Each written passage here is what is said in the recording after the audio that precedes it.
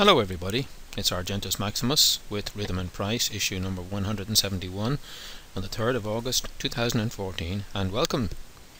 Now today's edition available to TFM More Metals Report viewers in the Argentus Maximus blog. Last week wash trades were back in the news, and I show you here an article on CNBC dated the 18th of March 2013 about the very same subject. In that article, the CFTC were suggesting that wash trades would be wrung out, and of course it is apparent now that when the market is pushed to an extreme level and the market decides not to trade various instruments which are out of line with reality, the people who push them there are quite happy to trade with each other and create a fake market. Well, let's have a look at something else. Here we have a quote. "When I first came to New York, there was a great fuss made about wash trades and matched orders, and for all that such practices were forbidden by the stock exchange, at times the washing was too crude to deceive anyone. The brokers had no hesitation in saying that the laundry was active whenever anyone tried to wash up some stock or another. And in actual fact, one operator made a mistake. A few years ago, a famous operator cancelled the selling but not the buying part of his matched orders, and the result was an innocent broker ran up the price 25 points or so in a few minutes, only to see it break with equal celerity as soon as the buying ceased." Well, those particular quotes, they are from Reminiscences of a Stock Operator by Edwin Lefebvre, which was a pseudonym for Jesse Livermore, and they were written more or less 100 years ago. So not much there that's new. Now I'd like to draw your attention to the gold chart. This is daily spot gold running back to early 2011, so we got 4 years here on the chart.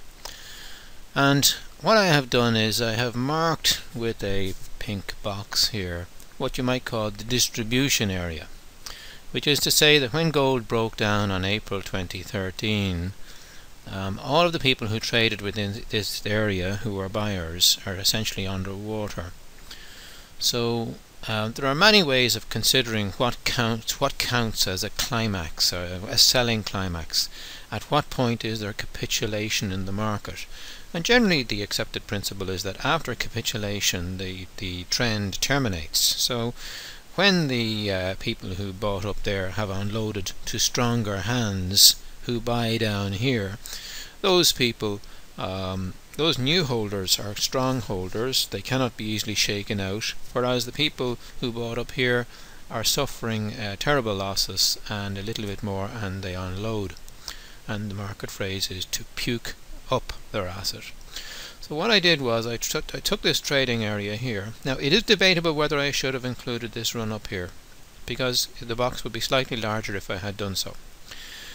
And from the break I copied the same size. I basically just copied the whole thing. You can actually see the copy with the price going into it here in this fine line, and that's the same size of a box here with the trading ever since.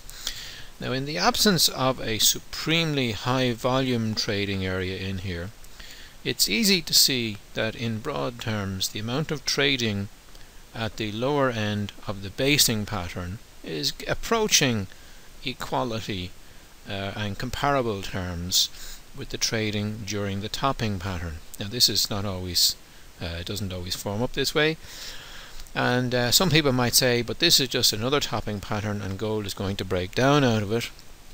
And then the alternative view is that this is an equal and opposite balancing affair to what happened up here, down here, and gold will take all out of it. Well, you know, whichever you like to choose, you know, as the man said, all predictions are dangerous, especially when they involve forecasting the future.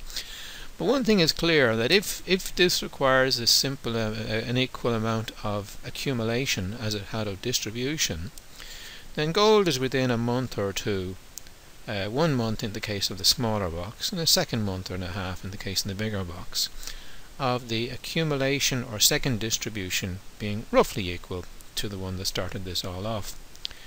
And what's interesting about that is that at the moment the box would be around the September, and it runs into October if you take the larger area, October, November.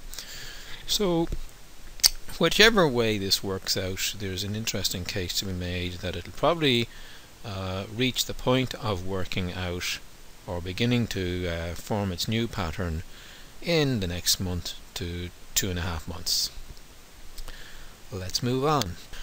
Okay, this is my Dow chart with the daily, that is to say, and it has the trading channel and the fractal lines on it, which are just out at the bottom of the screen, but they don't really matter because what we're interested in here is the timelines. Now the timelines, as you can see, they caught the top quite nicely, and of course the when the market turned, the ratios were put on. So we can see that we're actually coming down to the 16,400 ratio.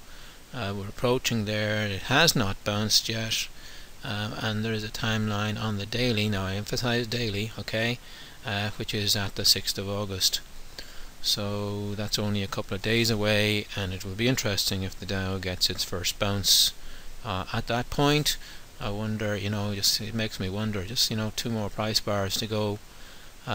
That could involve a lot of price moving, and if it does blow through there, it's interesting that the next ratio comes in at the rising trend line off the old low, which is marked at 16,183, but if it respected the trend line in a wonderfully precise fashion, it would be 16,213.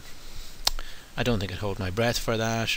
But the point being, anyway, if it gets through the highest area here, which is this ratio here, this is the next target, and with 2 days to go, it could theoretically get there, but one of the days would be expected to be involve a bit of sideways movement and an attempt to stop the fall. And I'll finish off today with FNV, Franklin Nevada, and there is a time projection coming off the old low and previous lows there, which comes in at, and it's on the 15th of August, but could drift. Now we're on a weekly chart here, okay, so actually no, it's going to be after the Dow, but it's a mid-August forecast for reversal or a breakout on FNV. So at that point, that's the point at which resolution will come on the attempt on the trend line overhead. So no worries before or after. It just trade the following bar.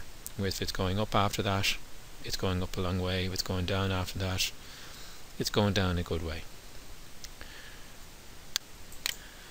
And I'll finish off with SLV, the weekly chart, which is our proxy for silver, and on this I have the harmonic projection, and as you know, I like to re-verify the parameters every time we cross into a new quarter, and in this case we've crossed into a new half year a couple of weeks ago. Now so far the harmonic projection appears to be pretty much on track.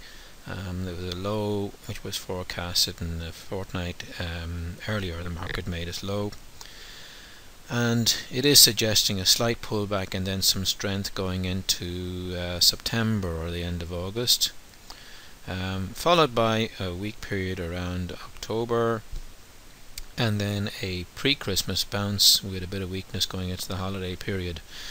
Now this is not unlike the seasonal, in the sense that the back end tends to be stronger than the front half of the year on the seasonal tendency for silver.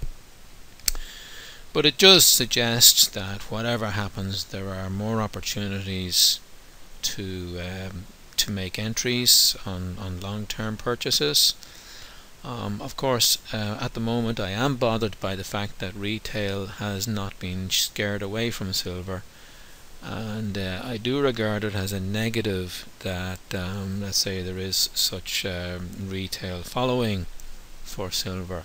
It does suggest that silver could go sideways for a longer period to wear them down, basically, possibly followed by some stab downwards to knock them out, because As silver is going sideways, and it has already been going sideways for 6 to 12 months depending on the viewpoint, 12 months in this larger trading range, 6 months in this half-size trading range, it would appear that a lot of stops would be resting around this area here, around the 2050 area, and also down around this area here, 18 odd.